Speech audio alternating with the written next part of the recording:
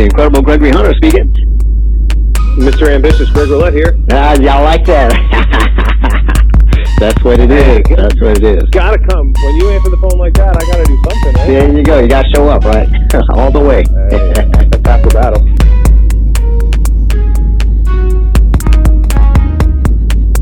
I saw the intros. Yeah, I like them, man. Spot on. Spot on. Yeah. That came out so good. Dan's like, all Dan's talking about today is like, dude, I killed Gregory Hunter's intro. I killed it, man. I killed it. I'm like, dude, it came out really good. He did, absolutely. Yeah, I like that. So that's cool. Good, man. How in the world they do this? But usually this call is getting, perspective on what we want the show to be about, who the audience is. I know you and I have had that conversation a few times now. Timing. So are you trying to get down here like right now, before the end of the year, first part of the year, just so we can start working backwards from there? Good morning, this is the incredible Gregory Hunter. We're about to shoot my first season of the Home Environmental Medicine Show. I'm here at the studios of Brooks and Nanton, and this is quite an adventure for me, and I'll keep you guys posted. We gotta get to work. Talk to you soon. Do your thing, Mr. Incredible. Okay, appreciate it. All right, thanks for you. Bye. What's happening, man? Gregory, how are you doing? I am incredible. That's all I know. I love it, man. Let's kick some butt. I'll shoot you an email tonight. Okay. I'm good either way. If you can get in here in December, let's knock it out, man. How in the world they do this? Today, as we go live, I've got some cool stuff from Greg Hunter. How in the world they do this?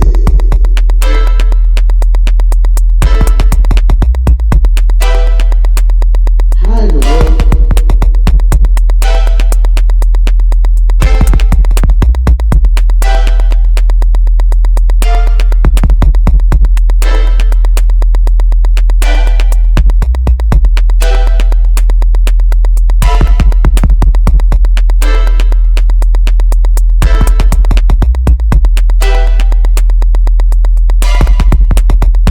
One of the things that really got my attention in the very beginning was that they weren't given an enemy, they won an enemy. It was a good fit for me because I'm ambitious. I got an idea. Entrepreneurs don't wait for the trend. It's like we were the all-star team. They create the trend. I came with my A game, and I've got something very important to say. Did you get that? They come with their A game. They've got something very important to do. Screwing camera angles. Say iron sharpens iron. It was just amazing. Has their ideas increased? Maybe tenfold, if not 100-fold. My ideas gave them ideas because of the people who are on the other side of the camera. We were 13 episodes celebrating one day. Hit it, nailed. There was a celebration inside the studio. We knew what we're about to release is going to be a killer. You don't have to worry about somebody explaining what you do. Did you get it?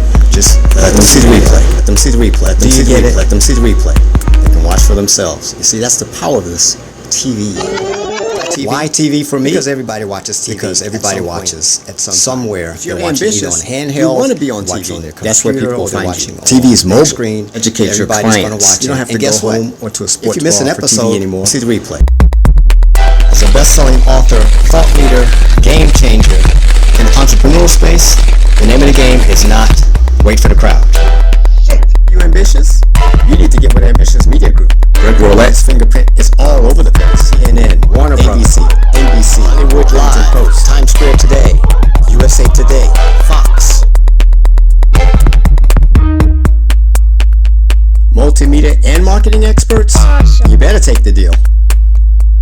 I was also inspired by the fact that the cameraman was inspired by the things that I was saying, and it was generating new ideas of concepts and how we can tweak what it was that I was already ready to present. My TV show is an investment in the health of the total community. Their ambition is to get you to hit your target. I'm paying it forward.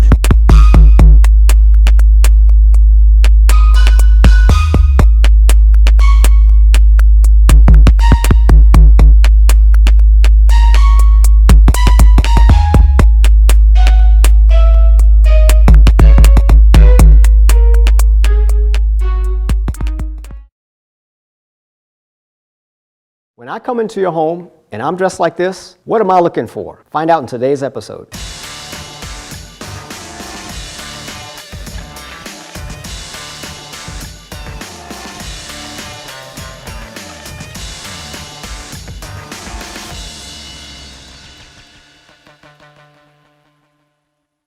So what am I looking for? I show up in your home, you gave me a call that your home needs to be cleaned, and I show up with this suit on and I've got this flashlight. This is an ultraviolet flashlight that will detect urine stains that could be the result of rodent activity in your home. It could be the result of incontinence from the person who lives in that home. And in order to clean that home, intensively clean, I've got to address every inch of the house. It's not sufficient enough for me to just spray one area, spray air freshener, and maybe just clean the surface of the bathroom. I can actually clean a bathroom and come back with the ultraviolet light and scan the entire toilet, and I can see all the areas where there's still residue from other cleaning agents still there. So that residue is what has been left from some other cleaning agent, and what's important for me to know is that there's something on the surface that needs to be addressed, because if someone has cleaned the home before I show up, I'm looking to see even if the cleaning products that they use are contaminant or toxic. People sometimes they clean with bleaches, sometimes they clean with ammonia. They've learned that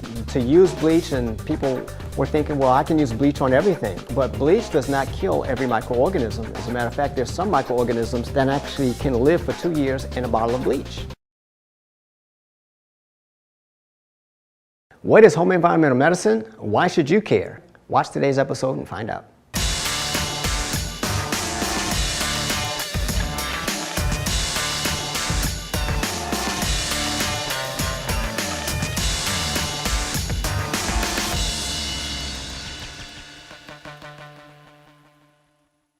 Okay, I want to introduce a new paradigm of the healthcare industry I call home environmental medicine. Home environmental medicine is basically when you have an indoor environment, there is activity in that space that is visible and invisible that will affect the chemical releases in your brain that will either cause stress in the body or eliminate stress in the body. So home environmental medicine is an application that I created so that I can actually use the physical space of a person's home to relieve stress triggers in the brain and help them to recover. One of my main focuses of interest in home recovery is the bedroom. If a person does not get a good night's sleep and they don't go into REM phase of sleep, the body will not recover. So my general focus is on what are the hindrances to a person actually falling into sleep and sleeping through the night. One of the factors could be, for example, particulate matter, otherwise known as dust. Dust can impede your respiratory system. It can cause nose runs. It could cause coughing and gagging. And these things can be a hindrance to your ability to actually sleep, even though you may not be aware of it. Once an air purification process has been taken place,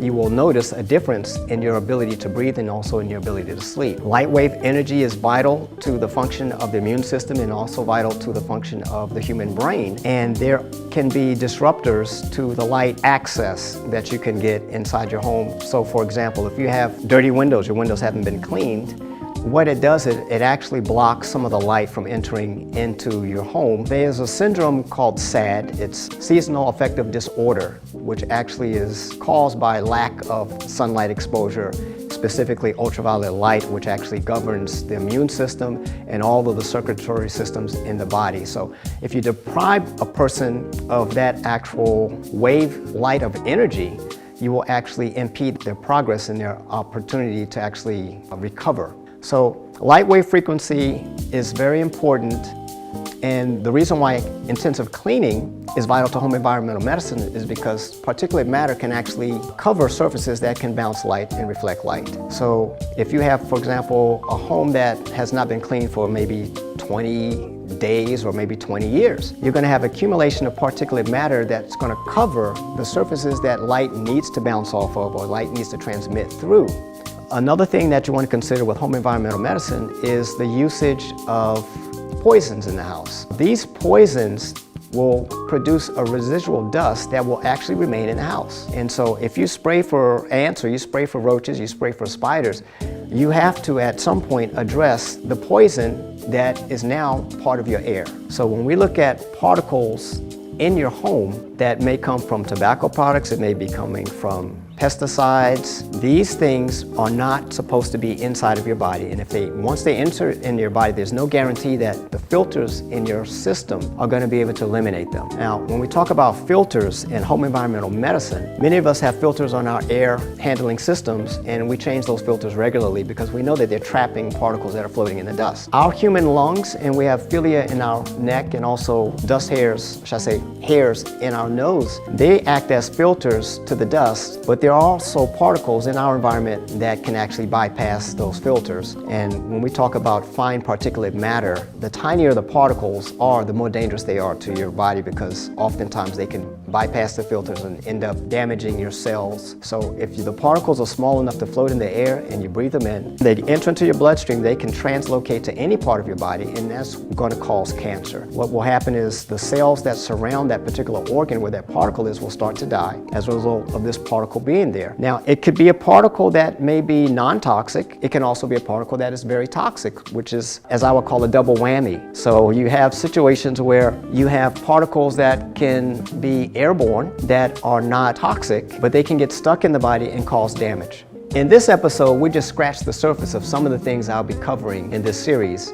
And if you're a person who is providing care for a loved one in their home, there's a lot of things that are being missed that are actually impacting their health and their ability to live a happy, healthy life inside their home. I'm the incredible Gregory Hunter, and I can't wait to help you live an incredible life. This is not maid service, this is intensive cleaning. So reach out to us with the information below, and we'd be glad to help you. Are you an in-home care provider and you're trying to provide care inside of a contaminated house? Find out more on today's episode.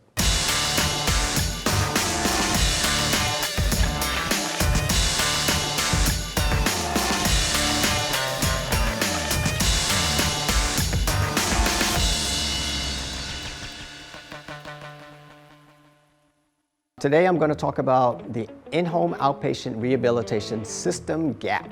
Over the years, providing cleaning services for patients in the residential sector, I discovered that there was a gap in the in-home outpatient recovery system. The gap was actually the house. So here's what's been going on. A person may be sick in their home for years or sick in their home for months, and they're shut in. No one's talking to them because they're not maybe socializing them much. Maybe their relatives are out of state, or maybe they have no children who are close by. The neighbors haven't checked on them. The house is becoming a toxic trap. Traditionally, what happens is they're taken to a hospital environment, and there's governance over that environment in terms of germ control, dust count, and the doctors are required to scrub in. They basically will oversee the cleanliness and healthiness of that environment. Now, when that patient is discharged from the hospital, they're going right back into a contaminated home, and there's no governance over your private home. I'll give you an example.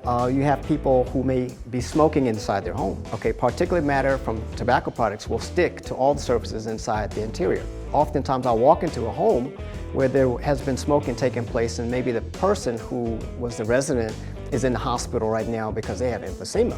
And what would happen is I would get a call from the family, and they would say, well, we know we can't send him back to that home the way it is because it's going to kill him right away. So this is a problem with the healthcare recovery system because it puts a burden on everyone, actually. The house puts a burden on the patient's recovery. It puts a burden on the caregiver. It also puts a burden on the hospital because when that person gets lung infections because they have particulate matter dust all throughout their house, and now it's in their blood, it's in their lungs, and now they're going back to the emergency room. And so what you have is this back and forth to and from the hospital, and it's directly related to the contamination that they're ingesting in their own home. And that's basically where I come in. I'm actually the gap closer. I've talked to one caregiver in the early stages of my involvement with the recovery process, where one of the nurses was caring for one of my clients whose husband actually suffered from a stroke. And because they were my clients before he had the stroke, I was able to maintain that house in a healthy condition. So when the nurse came in, she complimented the house. And so one of the things I like to point out to the caregivers that they can do when they go to evaluate a home that they're going to work in,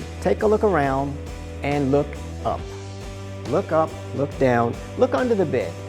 If the client's bed has dust under the bed, then guess what? The home is contaminated. That means the dust has been there long enough to accumulate under the bed.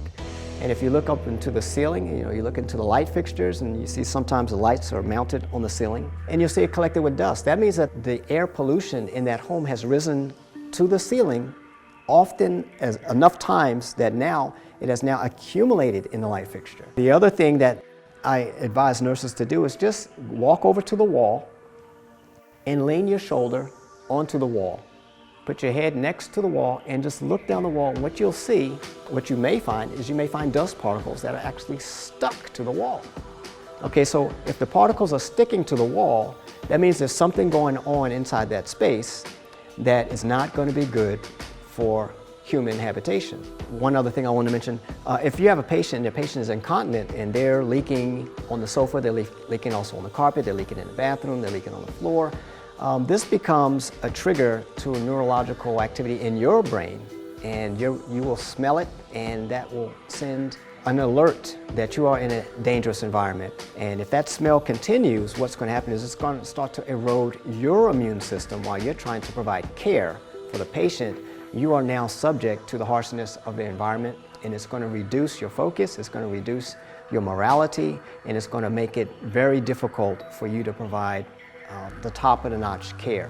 What I generally do is I compare the way that the air smells across the threshold of the door. So I'm outside the house, I can take a deep breath of air. If I can't take the same deep breath of air when I cross the threshold, then that means there's a major difference between what's inside that environment and the outside environment. These things are going to be triggers and signs that the home is not at the optimal condition to provide medical care. I'm the incredible Gregory Hunter. If you're a home health care provider, I'm here to help you live an incredible life. This is not maid service, this is intensive cleaning. So reach out to us with the information below and we'd be glad to help you.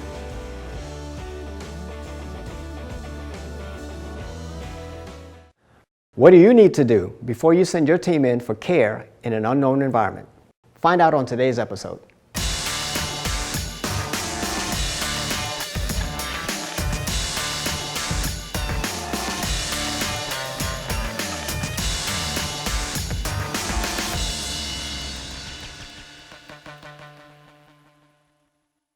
This episode, I'm going to talk about the caregivers and the case managers and the calls that we get. What happens with me in my business, frequently I get a call from a case manager who has a patient who's in the hospital, and maybe the patient has already been discharged, and what happens is they send their caregiver, maybe a live-in nurse, it may be a shift worker, and they get into the home and they find out that the home is so unbearable. Maybe there's hoarding situations going on, there's all types of scum and bacteria, toxins lurking around. And what happened was I got a call from a case manager and she told me that she had 2 caregivers and they were about to quit. They were going to walk out. I got the call on a Thursday, and the scenario was basically if the home doesn't get cleaned by a professional cleaner, by Saturday, they're gone by Saturday, which means that the patient is going to lose the help that they need. Now, this was a very sticky situation because what we had in that particular house, there was the mother who had dementia, and she was about 82 years old, and the daughter who was maybe about in the 30s, and she had autism. She was autistic. Both of them were hoarders, and they had a love for dogs, so there were dogs, stuffed animals all over the house. And then they had actually 2 live dogs in the house, but the dogs were in the house, and the dogs were relieving themselves also in the house. So this is unacceptable in terms of care. In any environment, it's difficult for a person who is demented or a person who is autistic to be able to manage the control of a healthy environment on their own. But when you send a nurse in there to have to take care of 2 people who have mental illness, it exacerbates and complicates the likelihood that any of them will get proper care. Because what happens is the caregiver will have a tendency to not want to provide care. They feel demoralized and they end up quitting. So when I got the call, they were actually going to leave on Saturday. So when I came in to do the deep cleaning, and I'm the SOS guy, they can call me at a moment's notice, and I'll say, well, let me get out there in a day and take a look at your environment, make an assessment, and get that place healthy so that you don't lose your caregiver, and that you also don't send your caregiver home sick, because that's going to add expense to your operation. Also, you want your caregivers to be able to give adequate care to the patient. And they can't do that if they're subjected to the ills of an environment that's beyond their control. That's basically, when I get a call, oftentimes it's the person who has the home environmental issue may be actually still in the hospital, and the case manager will call me and say, well, we have a patient they're going to discharge in 5 days, But the home is horrific. It's utterly deplorable. And these are their words. The home is utterly deplorable, it's horrific. We had to walk in with masks on, and it's not unusual for me to walk in with shoe covers and mask. And I also suggest that caregivers and case managers, when they walk into these environments, you have to protect yourself from the unknown. There's no way that you know what has gone on in that home, and there's no way to know what you could be picking up on your shoes, on your hands, if you're touching things, and transmitting those to back to your car, you take it back to your home, you take it to the next site. So there's certain precautionary measures that you need to take as you're going into the unknown. And every home that you go into is basically an unknown. We don't have any historical log. Also, there's no record being kept of how frequently, if they have pests and bugs, insects in the house. You have to have a strong stomach to do this, first of all, but you also have to have a passion to know that the end objective is to get that person into safety and into care. And in order for the nurses to go in and give the best possible treatment and care, that environment has to be safe for them. They should not have to worry about whether they're going to catch a disease, whether they're going to be going home sick, whether they're going to go home with something that they didn't encounter on. Anything that strikes you as not being a very happy place, a safe place for you to be in, and you get on the phone, and then that's when you call Hunter Cleaning Services, because we need to go in and make sure that that home is not going to be the source of ongoing health problems. I'm the incredible Gregory Hunter, so before you send your team in for treatment, make sure it's incredibly clean and safe for both your patient and for your workers. This is not maid service, this is intensive cleaning. So reach out to us with the information below, and we'd be glad to help you. Did you know your home could be harboring stress triggers in every room, corner, and cabinet in your house? Find out what they are and how they can be harming you in today's episode.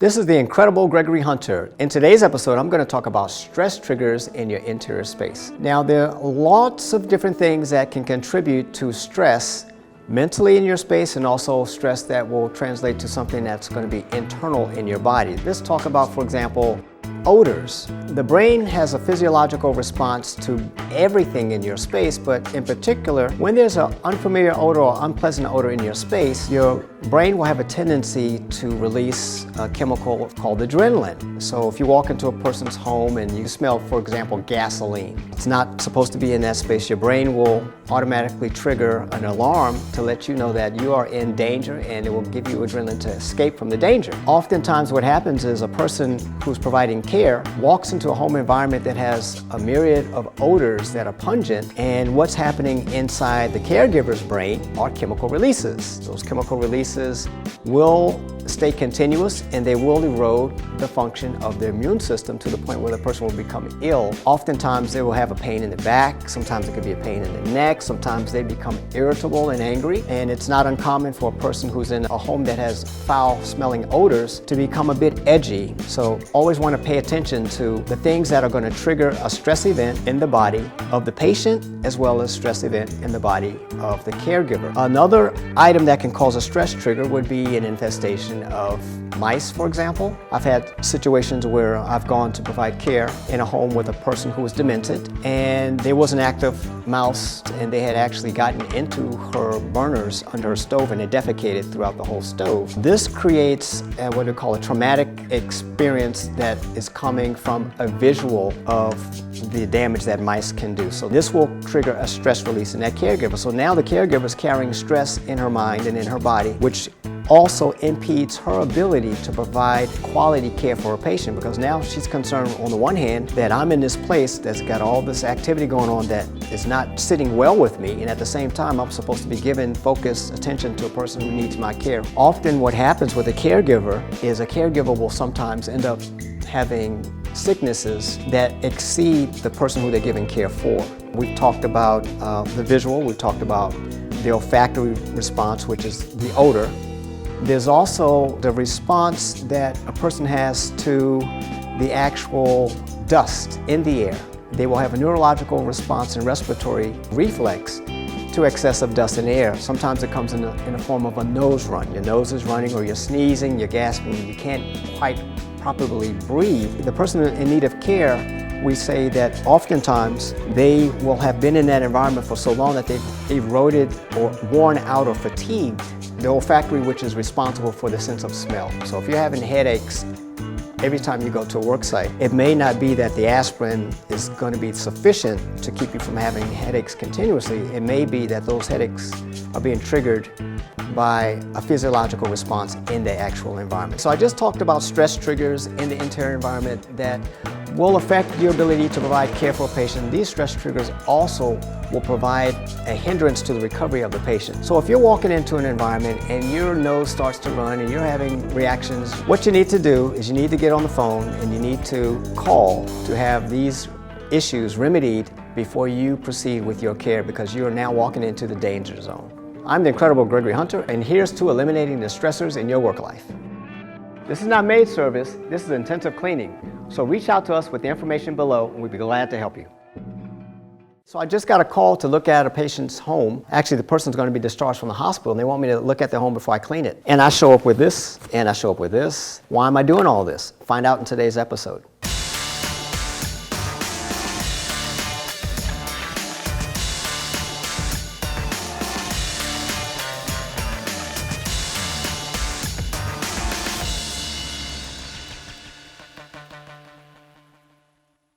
In today's episode, I'm going to talk about keeping yourself safe in your client's environment. Now, as you can see, I'm the man who comes in the suit, and people often say, well, you look like you're going in for surgery. Well, yeah, I'm going to go to operate today because your house is really in need of some deep, deep cleaning. And so I'm going to talk about some of the things that are necessary in order for me, when I go in, to make sure that I'm not going to go into a toxic environment or a contaminated home and come out with a sickness. So one of the things that happens when I talk to caregivers who tell me that they have a client who's sick, or maybe a person has cancer. Of late, I had a client who had multiple sclerosis, and the offender in her home was actually her husband. Her husband stayed at home, but he was a chain smoker. People with multiple sclerosis need a clean environment because it will affect the neurological behavior in their brain. Particulate matter, especially from tobacco products, is going to be a problem to her being able to live in her own home. So they called me to come in to decontaminate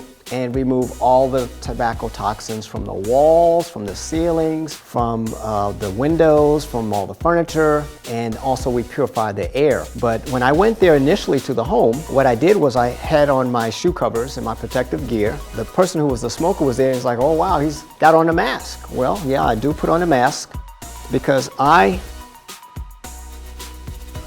am very aware that I am not aware. And I'll say that again. I'm aware that I am not aware of what has gone on in that house before I arrive. So one of the things that I do if there's a problem with incontinence, and if it's maybe relegated to the sofa, is I'm concerned with not only cleaning the stain of urine leakage on the sofa, but also the bacteria that you will find lurking inside the urine, which will also be embedded in the sofa. And they will find a happy home right in the sofa, and you could sit there on that sofa not knowing that a person has leaked on that sofa, and then you're transporting these bacteria back to your home. You're transporting it to your car. If you sit down on that sofa, you take it back to your home. So this is a surface sterilization device that I use when I'm sterilizing mattresses. I not only clean the mattress with the steam cleaning machine, but also sterilize them afterwards, because you can never be too clean when you're talking about a person with multiple sclerosis or any type of health-threatening situation that the environment may cause an additional stress. My UV glasses, what I'll do is I'll put these ultraviolet light glasses on, and this will allow me to use an ultraviolet light flashlight here, and I'll just do an inspection inside the home. Generally, I'll do the inspection during the nighttime so I can find if there are leakages of urine stains. It'll detect as a white spot, a bright white spot or speckles. And it'll let me know if there's mice urinating in the house, which is another problem. If the person who's living in the home has leaked urine in some place other than the most obvious places like the sofa or maybe in the mattress in the bed.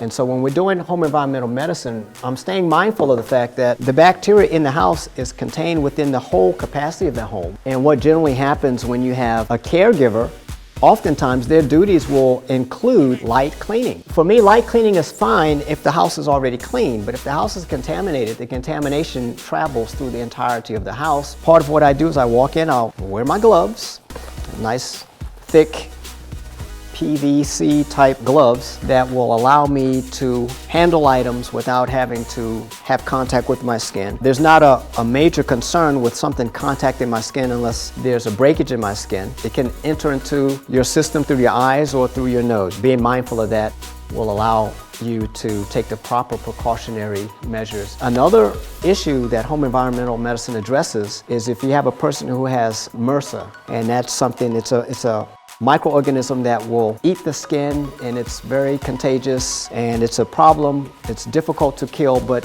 ultraviolet light will kill them. If the person who has Staphylococcus infection scratches their skin and the skin shavings fall to the floor, the nurse doesn't know that they're on the floor. So as she's walking through the home, she's tracking the MRSA throughout the home. With home environmental medicine, you're creating an environment that will reinforce the strength of your own immune system without using toxins. So you want to make sure that your efforts are not going to be stifled in that environment while you're trying to provide care for your client in their home. This is not maid service, this is intensive cleaning. So reach out to us with the information below and we'd be glad to help you.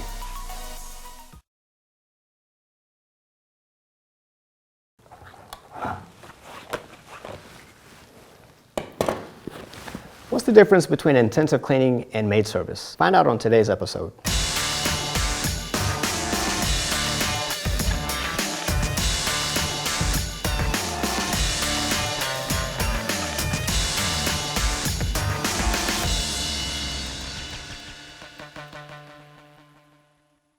Okay, just recently I got a phone call from a maid service company because they had a job that they could not fulfill. Basically what happened was there was a fire in the house. The fire was in the basement. The fire in the basement distributed soot and smoke through the entire of the house to the degree that the lady who was the owner who lived there, she had to check into a hotel for 3 months because she couldn't tolerate the smell. When they called the maid service, they said, well, we can't accommodate you because we don't do that kind of work. Intensive cleaning addresses the microscopic aspects of the cleaning process where we're dealing not with just what is visual and pleasing, we're dealing with what is environmental and often off the radar, such as germ activity and microorganisms and their behaviors. So when we're dealing with the soot in the home, we deal with particulate matter that has been distributed throughout the entire house, which means that there's a certain percentage of the smoke or soot that is now stuck to the ceilings and stuck to the walls. Even though it may not be visible, when you walk throughout the house, everywhere you go is smoke. As I went into the basement was where the fire happened, and they wanted the 2 upper levels cleaned first, so I suggest that first we're going to have to create a barrier between the basement door and the rest of the house so that you don't get the drift, because the air in your home moves throughout the home, and that's basically how it functions. So he had the suggestion that, well, maybe we can just in the basement poke some holes, like he said, like a 1-inch holes in a couple of the windows, and just let the air freshen up the space. So I grabbed the man and I took him over to a mirror. He and I stood in the mirror and we couldn't see ourselves. I said, the reason why you can't see yourself in the mirror is because it's covered with soot. Now, when the fire took place in the basement, the soot didn't go only to the mirror, it got distributed liberally through the entire house. So anywhere that your nose is detecting the odor of smoke, guess what? There are smoke particles. That's what you're smelling. So when you open the windows and open the doors and think you're airing out, it's the same with people who smoke cigarettes. The reason why the smell doesn't go away because the particles are sticking to the surfaces. So maid service doesn't really address broad surface cleaning such as ceilings, walls, and maybe they will address the floor. But if there has been a fire or smoke event or just accumulation of dust, the dust will layer the entire interior surface. If your neighbor's house caught fire, guess what? You need to purify the rooms in your house because the glues from the materials that were burnt next door are now in your house. And as I said earlier, if it's in your house, it's in your blood. If it's in your blood, it's going to get distributed to all of the organs in your body. And so intensive cleaning focuses on all of the areas that encompass and go beyond what the maid services will do. So the maid service, they will dust and vacuum and do some touch-up, but they won't necessarily pull the refrigerator out from the wall and see that it's never been cleaned back there since you moved in, and it's got accumulation of all types of stuff that's releasing odors. They also will not get inside of the cabinets in the kitchen where oftentimes if there's an infestation, ants or roaches or even bed bugs. As you can see, there's a big difference between maid service and intensive cleaning. As a matter of fact, the maid service companies call my services because they cannot do these jobs. They reject these jobs. It's beyond their skill set. It's beyond the scope of their responsibilities and their training. We do it with pleasure. We do it with expertise. So you don't have to feel that there's no solution and that maybe you call the maid service and they rejected it, so you have to handle it on your own. It's not going to be doable because you're not aware and you don't have the adequate tools or the information that you need to get this home to be a safe environment. I'm the incredible Gregory Hunter, and I cannot wait to make your home incredibly clean. This is not maid service, this is intensive cleaning. So reach out to us with the information below and we'd be glad to help you. When I come into your home and I'm dressed like this, what am I looking for? Find out in today's episode.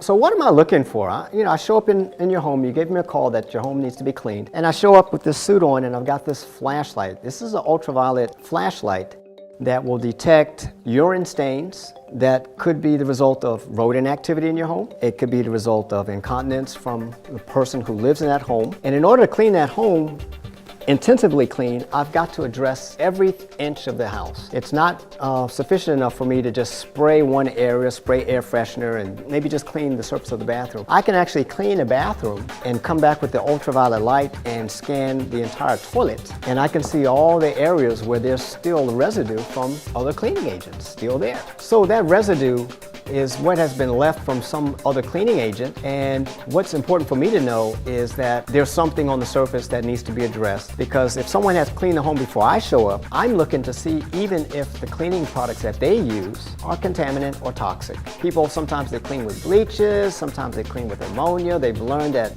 to use bleach, and people were thinking, well, I can use bleach on everything, but bleach does not kill every microorganism. As a matter of fact, there's some microorganisms that actually can live for 2 years in a bottle of bleach. And so when we're looking at the bathtub, we're looking at the floors, the surfaces, we're looking for stuff to clean. I go into a home and I'm looking for the dust. I'm looking for the stains. I'm looking for the smears. I'm looking for the odors. Also, what I would do is I would go along the edge of the wall and I would pull the furniture away from the wall. And you look on the back of the furniture. And what do you see on the back of the dresser drawers? Particles of dust accumulated, and those dust particles made of a combination of material. Also, what happens is those particles become part of the indoor air environment, and it may cause blood disorders. So one of the concerns that I have when cleaning the home for a person who has been hospitalized is, are they going to come home from the hospital procedure with their immune system somewhat compromised because of a surgery, and now they're going to end up with a blood disorder because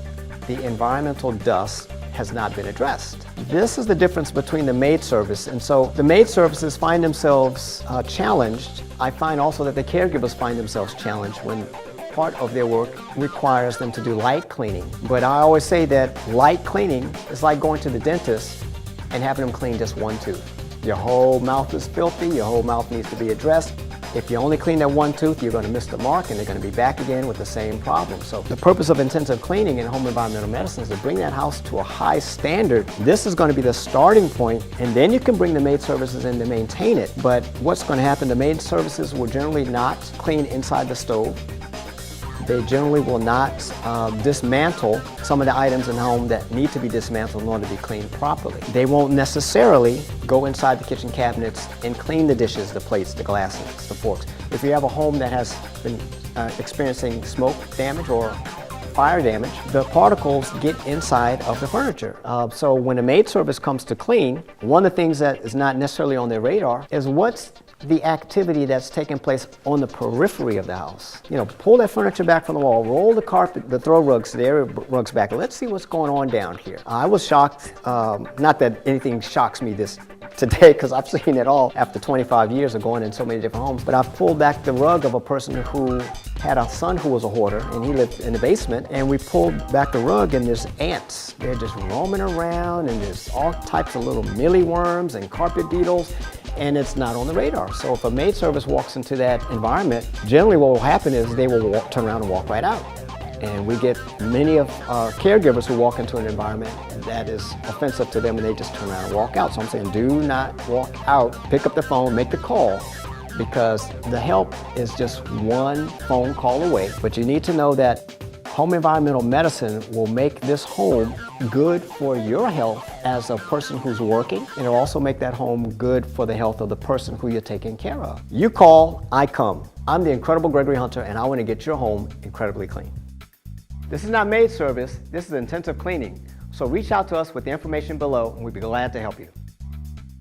Dust mites, bed bugs, fleas, ticks, roaches. I'm going to show you how to find them and get rid of them in today's episode.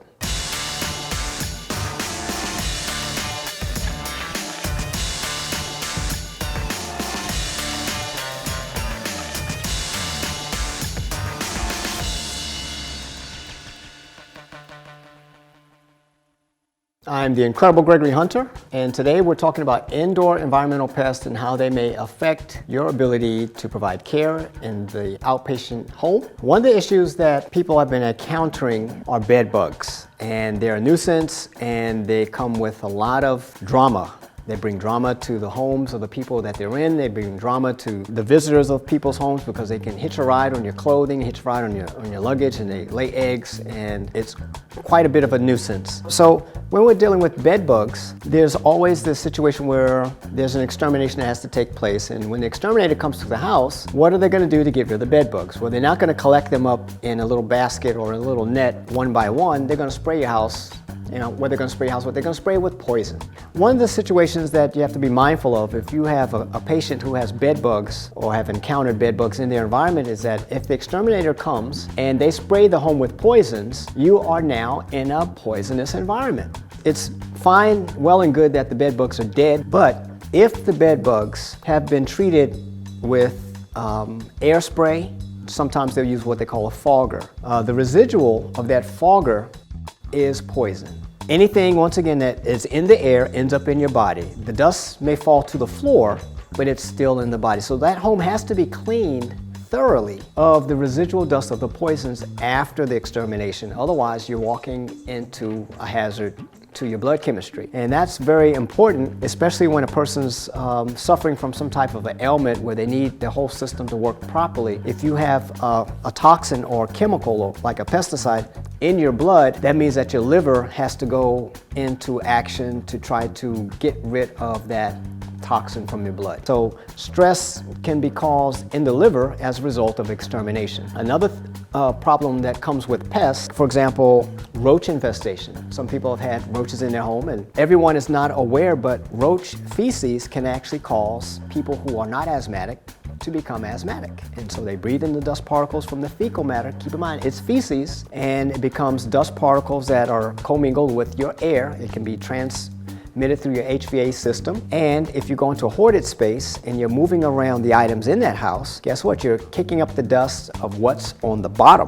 What's on the bottom you don't get to see until you get to the bottom. So in my situation, I have to put on the hazmat and the mask to go in order to get to the bottom, to even clean what's down there. Sometimes I'll find a dead mouse, sometimes I'll find dead bugs, sometimes I'll find roaches. And one extreme case of a roach infestation was one where there was actually a lady who had passed away, but they needed now to sell the property. So I got contacted from the person who was her care provider, but in the condition that it was in, it was not market ready. And she had an infestation of roaches, and she had 6 cats. And the cats basically urinated throughout the house, and the cats didn't get out much. She was sickly herself, but the fecal matter of the roaches actually trailed up the wall and across the ceiling. You can actually see a visible trail across the ceiling of roach feces. So this makes this home a very environmentally hazardous site, not only for people who are coming in after that, but if they're trying to sell that house and they don't identify that this is a contaminant and they paint over top of it, you still have a problem.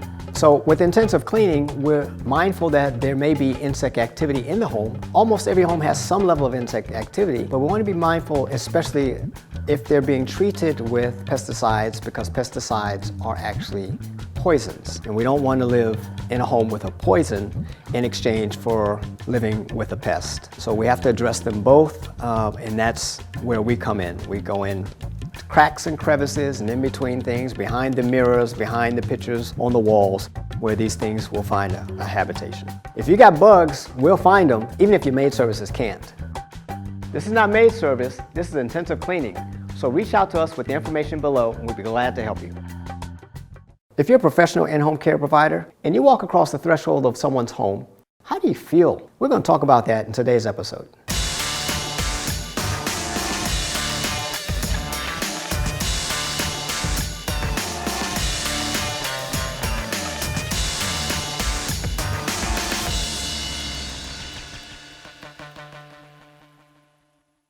So what does the psychological impact mean when you're recovering from a procedure in your home? First of all, you're in your own home, which is fine, but now you need someone who's not a family member, in some cases, to come into your home to provide care for you. Now, this is going to be somewhat of a stress, even though the person is there to provide care for you. It's going to be a stress on their part and also a stress on your part, because you're both on territory that's not totally your own, so to speak. As a caregiver, when you go into a person's home, you have a psychological dimension that has to take in consideration the condition of the person that you're caring for and your ability to give adequate care to a person who is ailing, a person who's in distress, a person who is sick, a person who is trying to recover. And there's a certain amount of stress that is associated with that, which oftentimes makes it difficult for you to disconnect from your work. In order for a caregiver to give adequate care, they have to at some point be able to disconnect from their work psychologically. If the home that you're working in is experiencing all types of stress and you are actually experiencing or classifying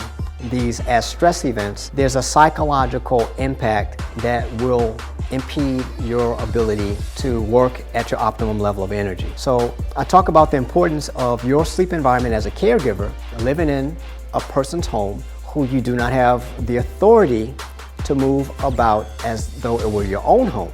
You're going to have to get some help to address the issue. These issues are not brought to the forefront in a way that gets addressed. Sometimes they're swept under the rug, such as maybe it's a home and there's a water damage. They've got a leaky basement or a leaky faucet in the basement, and now they have a situation where there's mold, and this now becomes a stress event for you, and it's a psychological problem for you because you know that there's a potential that you could become ill in that environment. So there may be odors, there may be remnants of spillage. This is not what you're paid to do, this is not what you're hired to do, but if you're in that environment, you are now subject to the odors that accumulated in that chair. And from a psychological perspective, this is something that will take your focus away from caring for your client to self-care. Sometimes we have situations where there's hoarding activities taking place. This will have a psychological impact not only on your ability to focus on the client, but also it's an irritant that will not go away. The other thing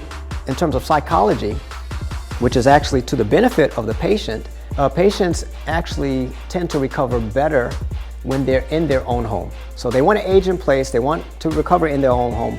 When they're in their own home, they also have a certain sense of control and a certain sense of involvement in the process. To the degree that the patient feels that they have a certain level of control and input, this will relieve a certain amount of anxiety and stress that may be on the caregiver, because the person who's the patient will actually take a certain degree of the stress and responsibilities off of you because they feel a sense of self when they're in their home environment. And so for the caregiver, you have to, as much as possible, be able to psychologically detach the fact that you are in someone else's home under their control. So psychologically, though they may be there providing care for you, they're concerned about their health, and that is an irritant, and it's going to diminish the level of care and focus that they're actually going to be giving. So here's what you got to do. When you go into that home environment, you have to first of all take an assessment of how do you feel in that space. Okay, we know you don't own the space. It's the home of a person who's ill. The person needs your help. But when you walk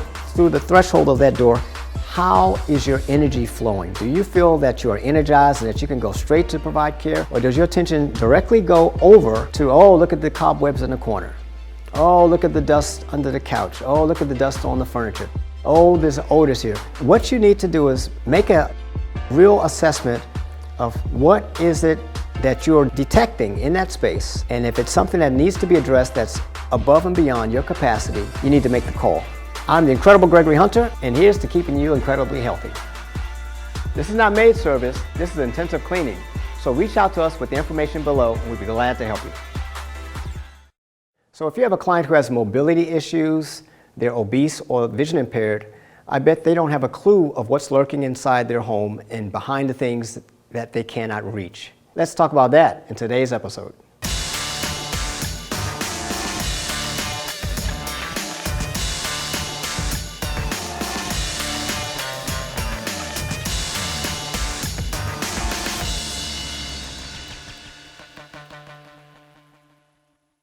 One of the segments of our population that I found have been somewhat overlooked when it comes to in-home cleaning are the demographics of the people who have mobility issues or vision impairment issues. People with mobility issues who may be having a walker or wheelchair or they're driving in a scooter are not going to be in a position to be able to reach certain areas in the home that will accumulate dust or accumulate germs and bacteria. So with that in mind, that's a whole category of people who at times need care, but because they are not able to do certain things, it creates a hazard that's ongoing in their space. One of the things I know for sure is that if a person is needing to get around in a scooter, they're also not going to be in any position to move furniture and clean behind furniture. They won't be able to clean windows and reach up high, clean curtains and things of that nature. All of these things will impact their health. Even though their issue may be mobility related, they have a tendency to have an environment that just has not and cannot be cleaned unless someone from outside actually comes into that space. I do have a story of a lady who was she's actually has hoarding issues, but she's also, she's not able to walk, so she has a scooter that gets her around. And one of the challenges that she has is that there are things on the countertops that she can reach, things that she's placed there, but she cannot thoroughly clean her shower. There's certain areas on the floor that she cannot clean because of the footprint of her actual scooter will occupy the space, will prohibit her from actually cleaning underneath certain items, and this becomes a hazard, especially when we talk about, once again, infestations of dust or mice activity. A rodent will enter into a place where a person has maybe a mobility issue and the droppings that they leave behind don't get addressed. One of the things I talk about is identifying mouse droppings. People sometimes are not able to identify what it actually is when they see a mouse dropping. So I say, well, brown rice, yes. Black rice, no. If it looks like rice and it's black, it's feces from a rodent, and that carries with it its own type of bacteria, and disease can fester inside there as well as in the urine of the mouse. So if you're a person with a mobility issue, the likelihood that you are going to even be able to see the mouse droppings on a countertop are very slim to none. Some of the hazards that people have if they have pets and they have mobility issues, that is, if there is a mouse infestation in the house or mice have entered into the home and they defecate along the perimeters of the home, the cats can actually pick up the dust from the urine, which could carry the bacteria, and when they lick their pads, then now the mice are vectors for the disease. Cats can have their own type of bacteria that can make the environment unsafe for you, especially if you're pregnant, and there's something called C. diff. People are pretty much aware that this comes from the droppings from a cat, a litter box that may not be changed as frequently as it should. So when a person has issues with, for example, vision, same situation applies, that if there's a mouse infestation, they don't get to see the mice running around the house. If the mouse is dropping droppings behind the furniture, along the edges of the wall, if they're urinating up on the countertops, then what happens is this goes off the radar because they can't see it. If you're a caregiver and you have a patient who is wheelchair bound, or maybe they're in a scooter, or they're walking with a walker, or they have a vision impairment, or maybe they're totally blind, it's worth it to give us a call so we can come out and do a thorough evaluation and assessment of the healthiness of that home, because these things will not be attended to from their prompting. They will not give you any indication that you need to do any of that stuff because they're not aware that these things could be problematic. I'm the incredible Gregory Hunter, and here's to keeping your patients and your team incredibly healthy. This is not maid service, this is intensive cleaning. So reach out to us with the information below and we'd be glad to help you. Why are you or your patients being readmitted to the hospital? And what does it have to do with the cleanliness of your home? Find out in today's episode.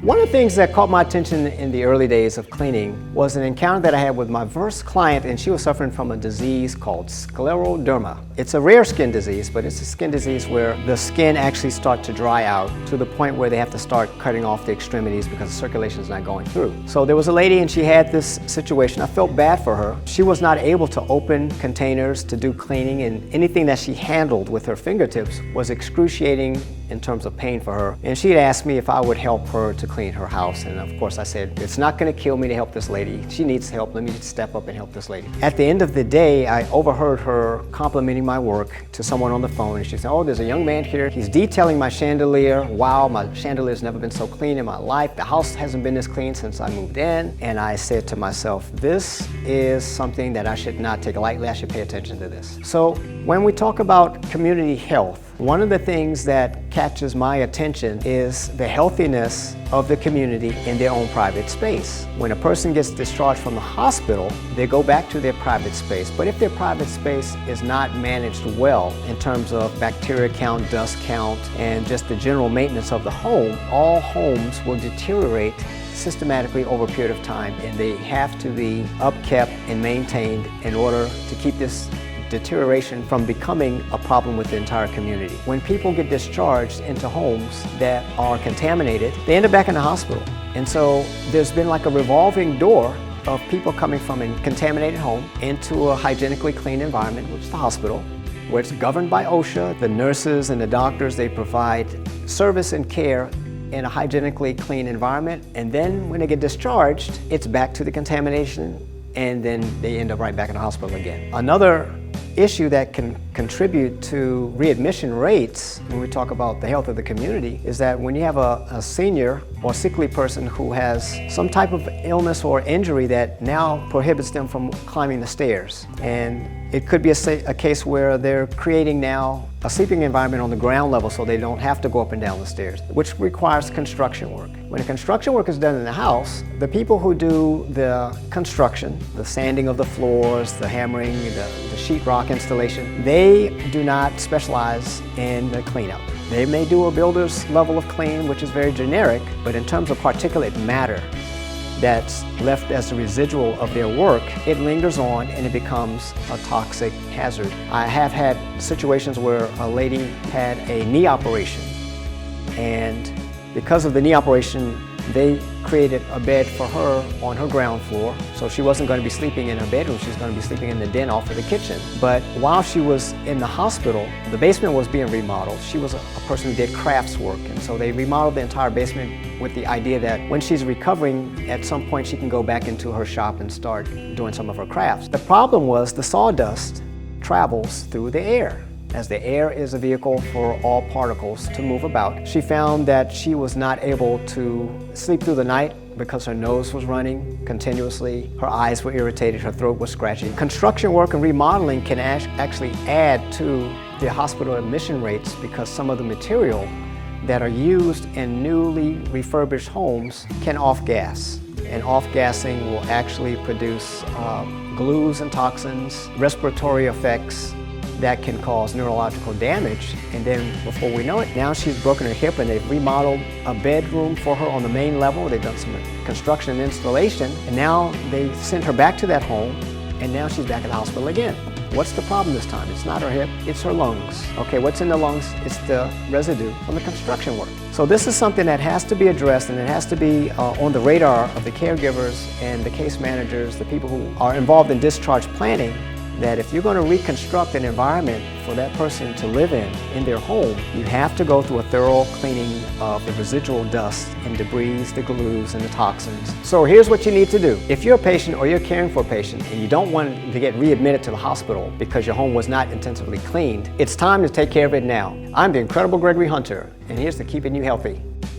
This is not maid service, this is intensive cleaning. So reach out to us with the information below, and we'd be glad to help you. You're caring for your loved one, but who's caring for you? Let's talk about it in today's episode.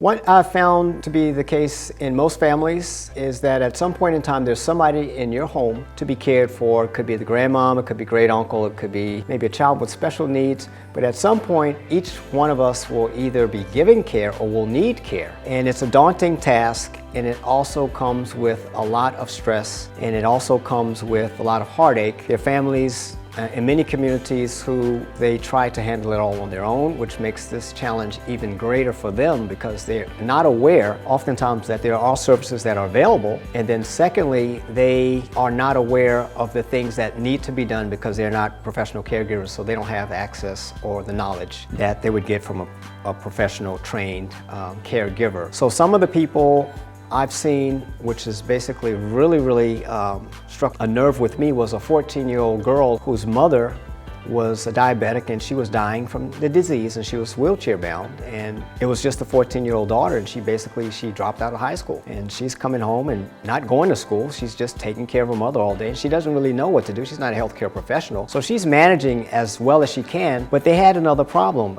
because the mother was divorced. They were living in squalor. The home was absolutely filthy, and they had a guard dog, which was a large German Shepherd, and the dog was having run of the house. He was defecating all throughout the house. This is a situation where this family is in one crisis and they're also creating another crisis, and they're not aware. I've seen that in more than one case where there's a family member who's doing the best that they can with the resources that they are aware of or the resources that they have, and they're really being challenged and in some cases traumatized. They're overwhelmed with trying to do the best that they can to care. And the last thing that actually gets done is the cleaning. The home actually doesn't get done. So when the person feels overwhelmed, things just fall off the radar. Sometimes there's dementia that comes into our families, and sometimes there are other diseases that will impair a person's judgment, impair their sensibilities. This becomes a level of stress for a person who's a family member who's doing the best that they know how, but they don't have any training in those medical diseases. There's many aspects to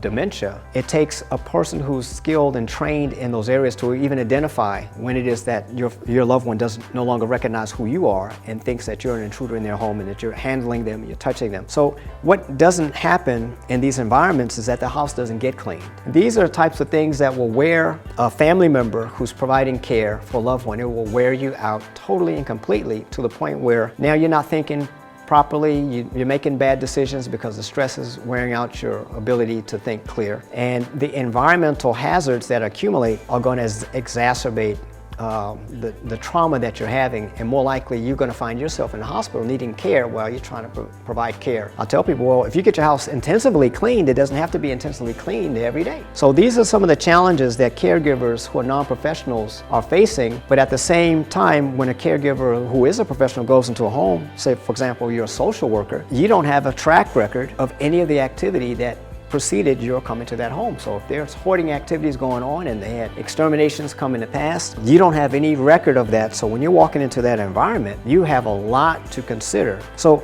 caregivers have to be mindful that they are vulnerable to be a stroke candidate if they're caring for a loved one and the house is not being cleaned, because you're accumulating toxins, you're accumulating dust particles, and if they don't get addressed, they're going to show up somewhere in your health because they're showing up in your body.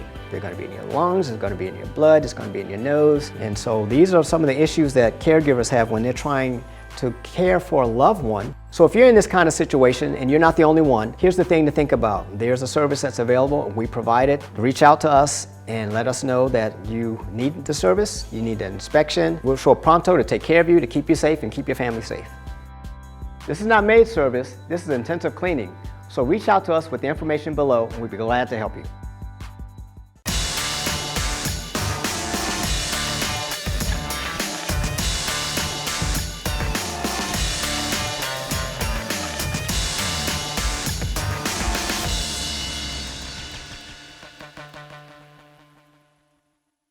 One of the things that I make sure to do is to inform my caregivers about the environments that they're going into. They will give me a call to do a walkthrough assessment of an environment for one of their clients. And the main thing that I like to do before I go in is to make sure that they know to protect themselves and how to protect themselves before they go into that unknown environment. One of the most important things I tell them is that make sure that you put on some shoe covers.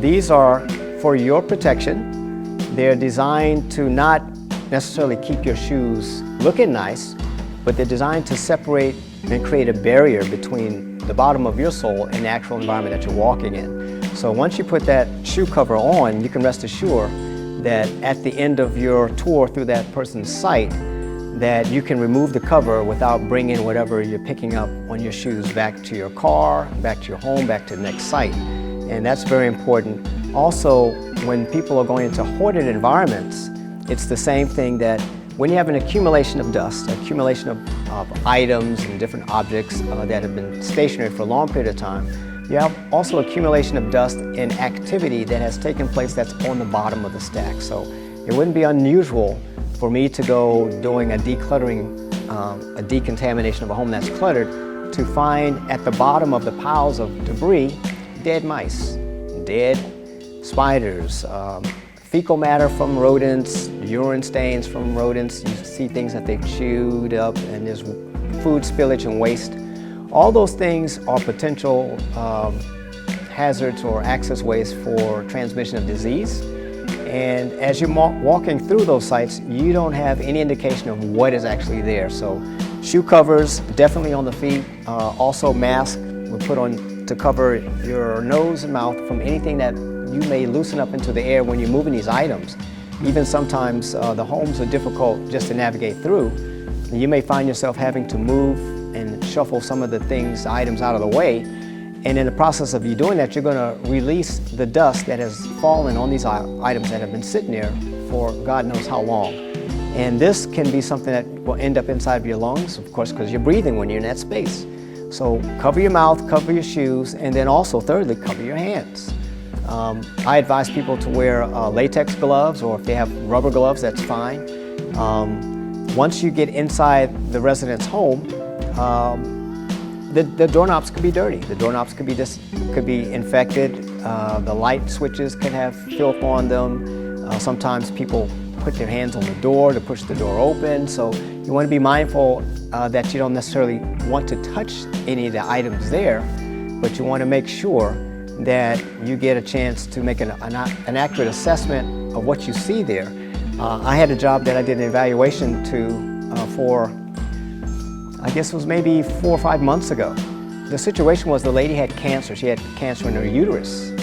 And as a result of her having cancer in the uterus, she lost blood in her bed. She lost blood on the carpet, throughout the bathroom, and you can see where she's been struggling in that home because she lived alone. And she's struggling to get to the bathroom and struggling to get through the house, and wherever things got spilled, that's where they got spilled. And she did not have the energy nor the mental capacity to understand that she's now creating a potential health hazard for herself from her own body. So going into environments where there's been spillages of blood, leakages from your stool, leakages from your bladder, it could be an epidemic waiting to happen if you don't go in and protect yourself properly. You don't want to take that to another patient's home if they have cancer or some other type of disease where the immune system is weakened, because they're very vulnerable. And so protecting yourself is the most important thing that you do when you make your assessment. So put the shoe covers on. It doesn't hurt to put them on.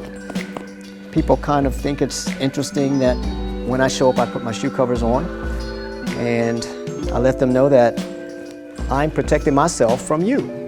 Not that I have anything against you, but I don't want to have a situation where I cannot provide care for you because I've now become sick in your home.